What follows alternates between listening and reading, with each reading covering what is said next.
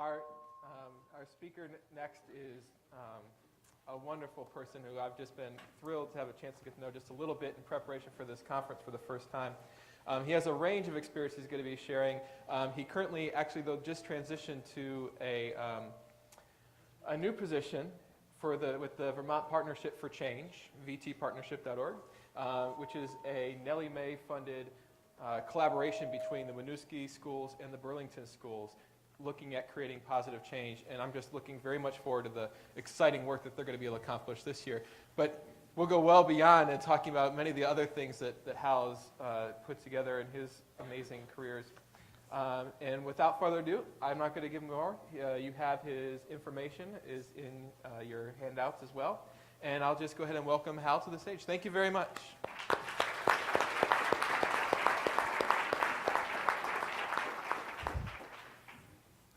Thank you, Matt. Good morning. Good morning. I'm a social entrepreneur, and I believe in the power of ideas that can improve the common good. I came to this in a very circuitous way, but I guess all along inside, I was a social entrepreneur. Social entrepreneurs are tenacious, are passionate, are engaging, and are committed to their ideas to improve our world. So, for me, it's about passion and innovation, combining the two to find the simple solutions to the challenges that face us. I have a very unconventional path. I went to the University of Pennsylvania to become an electrical engineer and came out being a chef.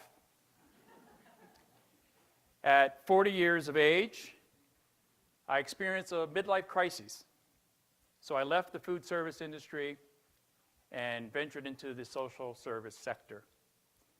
There I was able to reconnect with my core values of truth and justice.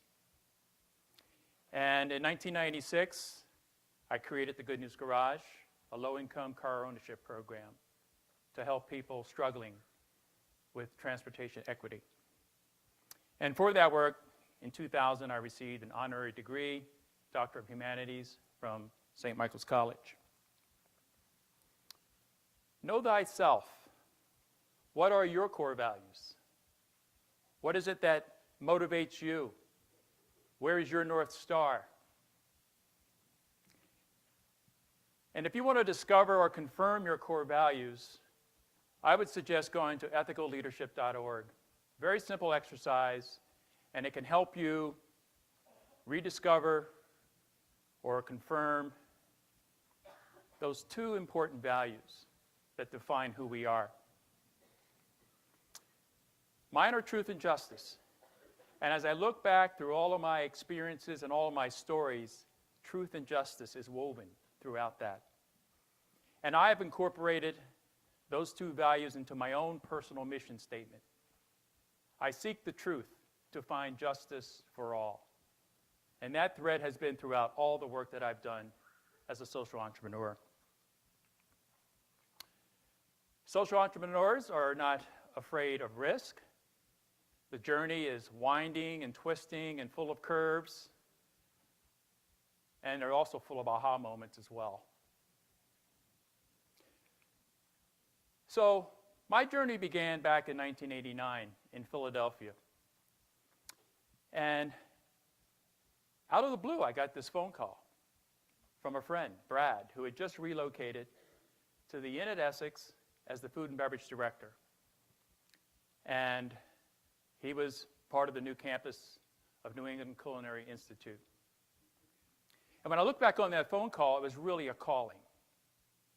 Something was speaking to me, and I wasn't quite sure what that was. So he said, hey, I have this great position, director of catering. Why don't you come up and check it out?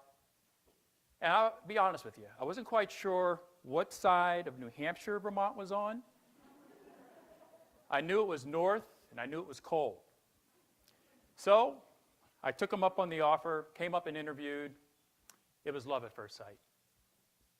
I mean, this place is so human scale, and it was something that I was not experiencing in Philadelphia with my family. I was offered the position.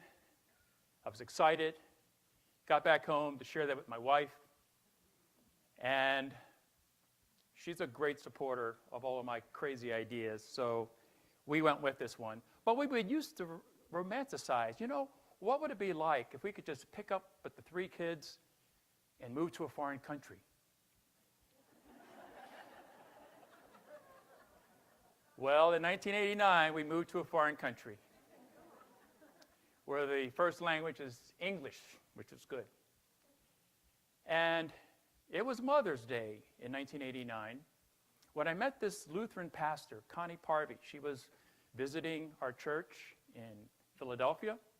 There was something about her that really connected with me, that it was intriguing.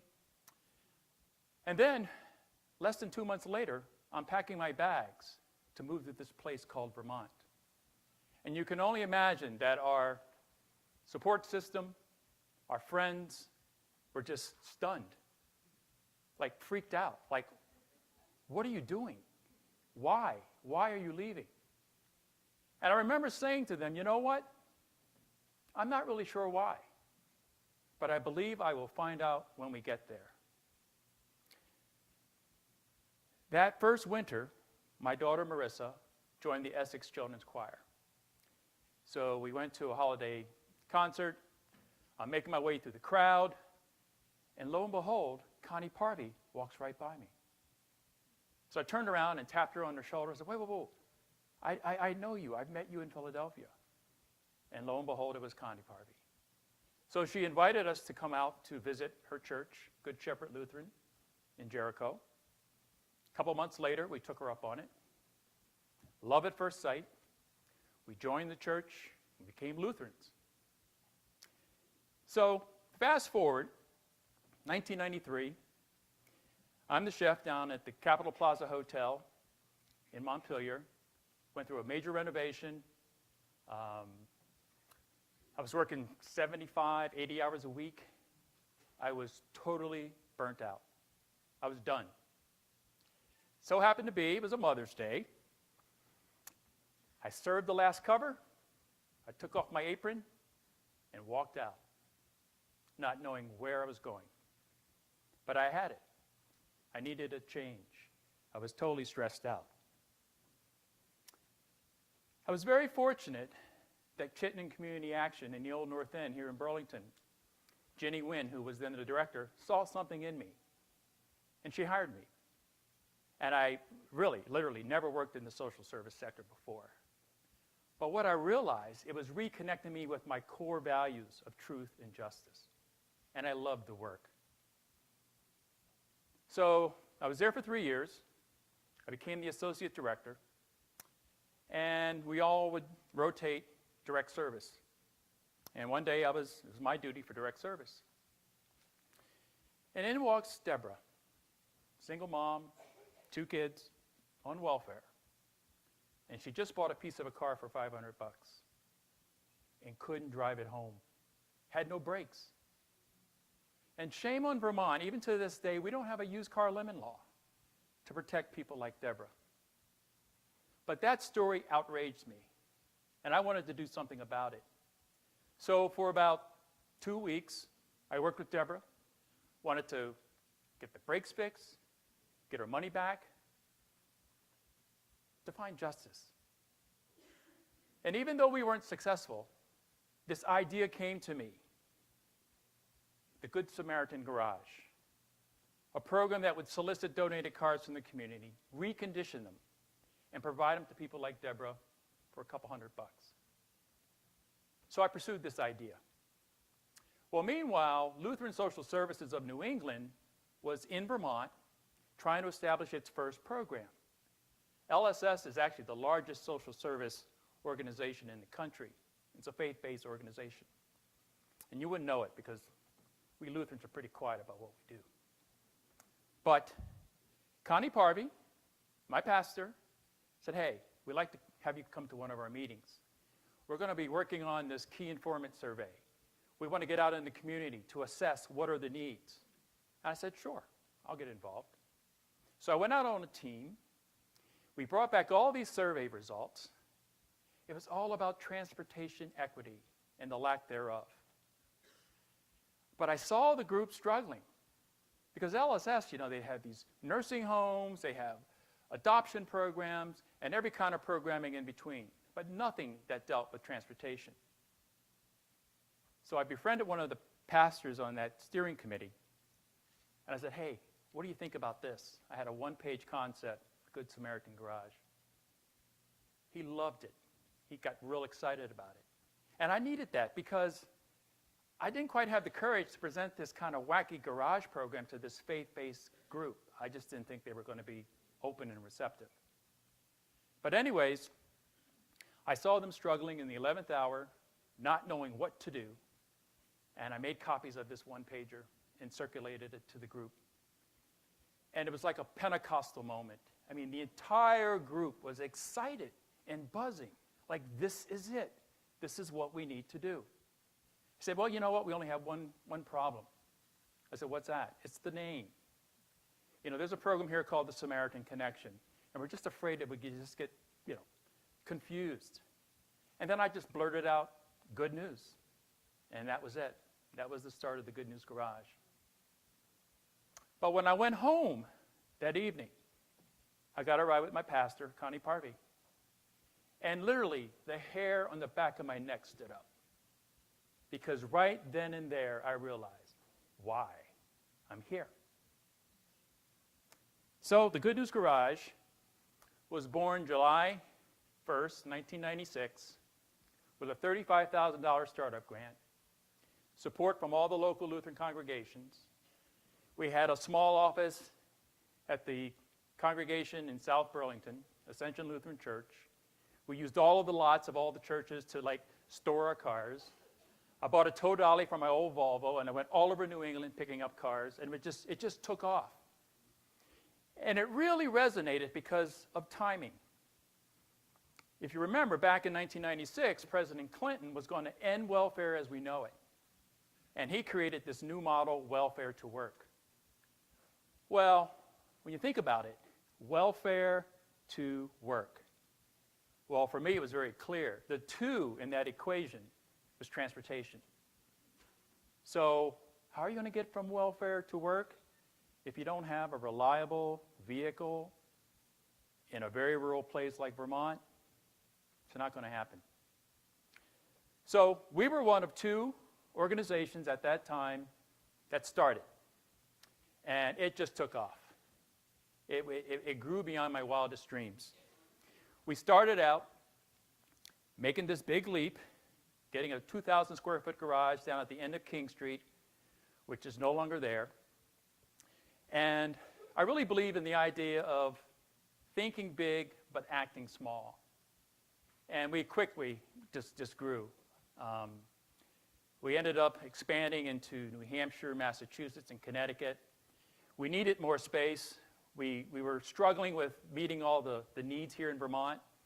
UVM did a study about 2 years into our life and recognized that 75% of the people who received Good News Garage cars, their lives were transformed. They're able to move off welfare, get to work, be part of community.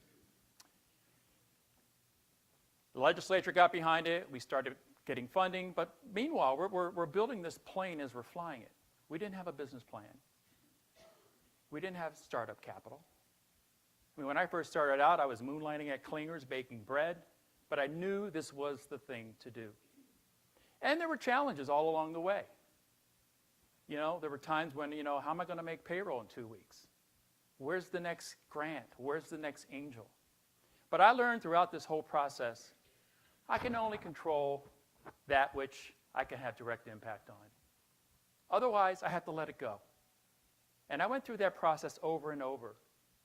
And I'd always come out on the other side with a renewed spirit, knowing this is going to be, and I have to learn how to let go.